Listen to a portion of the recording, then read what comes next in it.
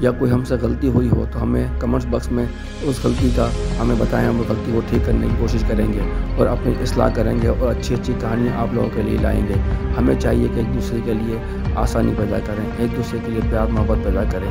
اگر ہمارا چینل آپ کو اچھا لگا ہو اور ہماری کہانی میں کچھ بھی آپ کو بہتر لگا ہو تو مہربانی کر کے ہمارے چینل کو سبسکرائب اور لائک کر دیجیے، تاکہ ہم ایسی اچھی کہانیاں اور باتیں رہیں آپ لوگوں کے لیے۔ تھینک یو، اللہ حافظ۔